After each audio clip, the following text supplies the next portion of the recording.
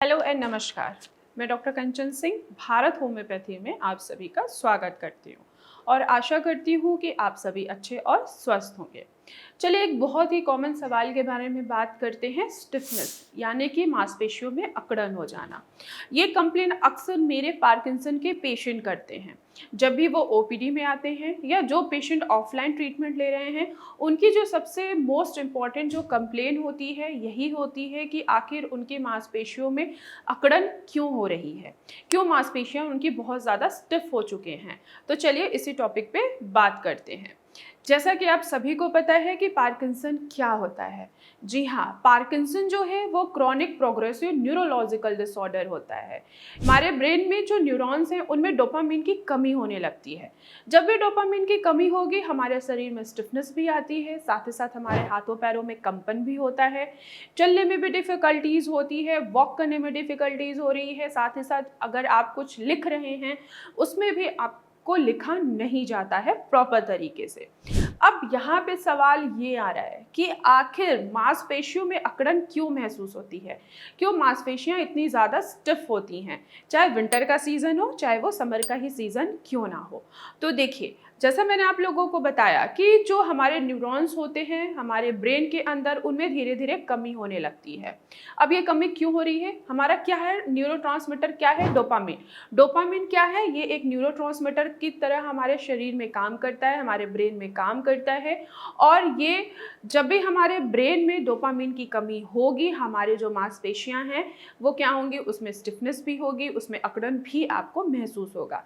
Simple सा point यही है कि जब डोपामिन की कमी होने लगती है तो जो न्यूरोट्रांसमीटर है वो प्रॉपर तरीके से नहीं कोऑर्डिनेट कर पाता है, और जब कोऑर्डिनेशन ही नहीं अच्छी होगी तो मांसपेशियां क्या होंगी आपकी, उसमें बहुत ज़्यादा आपको अकड़न महसूस होगा।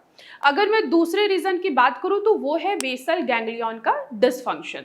जी हाँ, जो हमारा बेसल गैंग्लियन होता है ये भी कोऑर्डिनेट करता है हमारे मांसपेशियों में कि हाँ, अगर आपका बेसल गैंग्लियन में कोई भी डिसफंक्शन हुआ है, उसमें कोई भी प्रॉब्लम आई है तो आपके हाथों में आपके पैरों में स्टिफनेस ज़रूर महसूस होगी।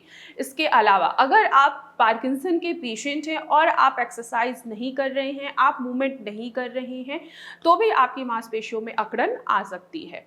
अब हम क्या करें, अगर हमारे मांसपेशियों में अकड़न आ रही है, पार्किंसन के पेशेंट हैं, जाहिर सी बात है कि मांसपेशियों में अकड़न आनी है, तो हम इसको कैसे सुधार सकते हैं, कैसे हम अपने अकड़न को कम कर सकते हैं। तो फर्स्ट ऑफ ऑल आपको ऐसा खाना खाना है जिनमें एंटीऑक्सीडेंट भरपूर मात्रा में हो।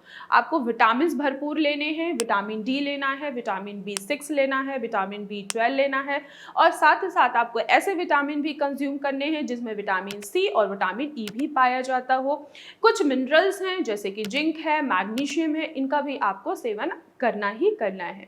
जब आपके शरीर में विटामिन की कमी होती है तो भी आपके मांसपेशियों में अकड़न ज़रूर महसूस होती है। तो आपको ऐसे फूड आइटम्स को कंज्यूम करना है जिनमें एंटीऑक्सीडेंट बहुत अच्छी मात्रा में हो और विटामिन भी अच्छी मात्रा में हो। इसके अलावा आप हॉट थेरेपी भी ले सकते हैं, यानी कि आप कोई भी ऑयल लगा लीजिए, चाहे वो कोकोनट ऑयल हो चाहे वो मस्टर्ड ऑयल ही क्यों ना हो। आप स्पेशली अगर मैं आपको सजेस्ट करूं तो आप कोकोनट ऑयल भी ईजिली लगा सकते हैं। कोकोनट ऑयल लगा के आप इसको हल्के गुनगुने पानी से यानी कि हॉट बॉटल से इसकी थेरेपी कीजिए, सेकाई कीजिए, जिससे एटलीस्ट आपका जो ब्लड का सर्कुलेशन है वो प्रॉपर होगा और जो मांसपेशियों में अकड़न महसूस हो रही है उनमें आपको कमी महसूस होगी।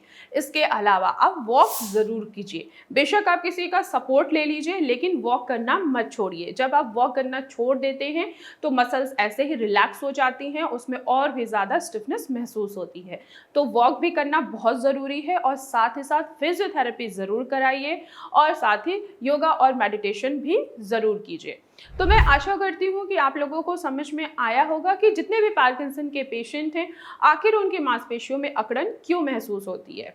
तो आज की वीडियो में बस इतना ही, फिर मैं मिलूंगी नेक्स्ट वीडियो में, तब तक के लिए धन्यवाद।